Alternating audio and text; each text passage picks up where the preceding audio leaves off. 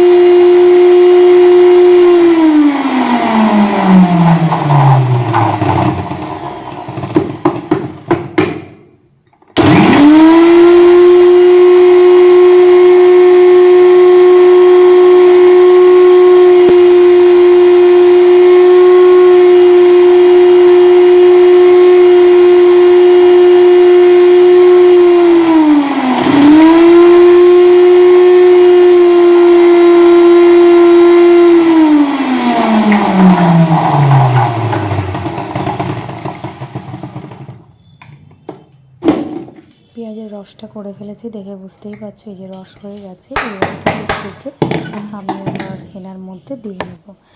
আর আমি এখানে ব্যবহার করেছি ফিলিপসের একটা মিক্সচার মেশিন। এটা কিন্তু আমার 6 বছর প্রায় চলছে।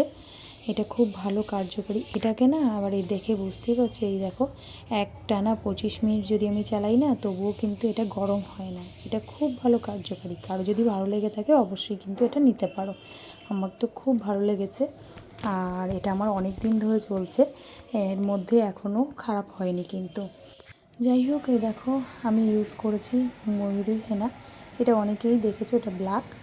আর এই হেনাটা আমি ইউজ করছি। দেখে বুঝতেই পারছো প্যাকেটটা কাটাও আছে, কারণ আগের দিন রাত্রেবেলা ভিজিয়েছিস তখন কোনো ভিডিও করিনি।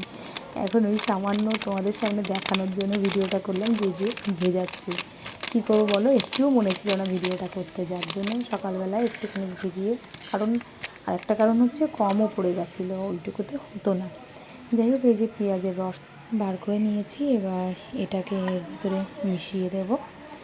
দিয়ে তারপরে দেখো আরও কী মেশাই। শুধু যে পেঁয়াজের রস দিচ্ছি তাই না, আমি এর ভিতরে আরও অনেক রকম জিনিস দেব। যেমন দেখো এবার একটা ডিম ফাটিয়ে দেবো। ডিমটা পুরো না দিলে হবে না, যেহেতু চুলটা একটু বড়, যার জন্য ডিমও দেবো। দেখে বুঝতেই পারছি আমি একটা কাচের বাটি না, একটা গ্লাস নিয়েছি কারণ যাতে পড়ে না যায়, আর একটা চামচ নিয়েছি যাতে গোলাতে পারি। এই যে ডিমটা ফাটিয়ে এবার দিয়ে দিচ্ছি, আবারও ভালো করে এবার মিশিয়ে নেব। আগে ডিমটা ফাটিয়ে দিয়ে দেবো, তারপরে আবারও ভালো করে আমি সেটাকে মিশিয়ে নেব। চেষ্টা করব যতক্ষণ পারবো ভালো করে মিশিয়ে নিলে খুব ভালো হয়। তাহলে কী হবে, প্রত্যেকটা চুলের গোড়ায় দিলে না ভালো কাজ হবে। যদি আধ খামচা কাজ করি তাহলে আধ খামচা কাজই হয়, জানো তো সবাই। আর তারপরে দিয়ে দেবো একটু টক দইটাও খুব ভালো চুলের উপকার।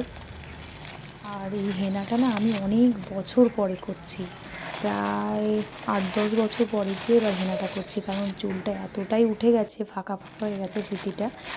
আর যার জন্য আমি এই টক দই দিয়ে, ডিম দিয়ে, পেঁয়াজের রস দিয়ে হেনাতে মাখিয়ে, তার মানে একসঙ্গে মিক্স করে তারপরে আমি ইউজ করব। আর একটা কারণ হচ্ছে চুলটা যেহেতু একটু পাক ধরেছে, যার জন্য হেনাটা ইউজ করব। চুল যাদের পাকার সমস্যা আছে তারা কিন্তু হেনা ইউজ করতে পারে। হেনা কিন্তু খুব ভালো কাজ করে, কালার করার থেকে হেনা করাটা সবথেকে বড় উপকার। আর হেনা করলে কিন্তু চুল সহজে পাকে না, এটা অনেকে জানো কি না আমি জানি না, কিন্তু আমি যেটা জানি সেটা তোমাদেরকে জানিয়ে দিলাম। আবারও সব কিছু একসঙ্গে মিশিয়ে, দেখতেই পাচ্ছ এই দেখো পুরো মিশিয়ে একদম মিক্সড করে ফেলেছি আমি, সব কিছু একসঙ্গে দিয়েছি, সেটাও তোমরা দেখেছো। এবার আস্তে আস্তে আমি মাথায় লাগাবো। এবার মাথায় লাগানোর জন্য আমি ভালো করে আরেকবারও আমি করে নিলাম, যাতে সব কিছু একসঙ্গে ভালো করে মিলে যায়। হেনা করা কিন্তু সত্যি খুব ভালো, চুলও খুব সিল্কি হয় আর সফট হয়। দেখে বুঝতেই পারছো এই দেখো পুরো মিশে গেছে সব মিশ্রণগুলি একসঙ্গে। এরপরে আস্তে আস্তে আমি এটাকে মাথায় ইউজ করব। আর এটা মাথায় এই যে এবার দেবো আমি, যার জন্য ভালো করে একটা কাপড় আমি গায়ে জড়িয়ে নিয়েছি যাতে অন্য কোনো জায়গাতে না লাগে। এই যে দেখে বুঝতে পারছো, আবারও লাস্ট বারের মতো এবার মিশিয়ে নিয়ে এবার আস্তে আস্তে আমি এটা মাথায় মাখবো। আমরা যেমন তেল মাখি মাথাতে চুলের গোড়ায় সেরকম হেনাটাও আমি দেব। আর হেনাটা গোড়ায় দিলে খুব ভালো উপকার হবে। আর যেহেতু পেঁয়াজের রস দিয়েছি, পেঁয়াজের রস কিন্তু আরেকটা উপকার করে, সেটা হলো আমাদের চুল গজাতে সাহায্য করে।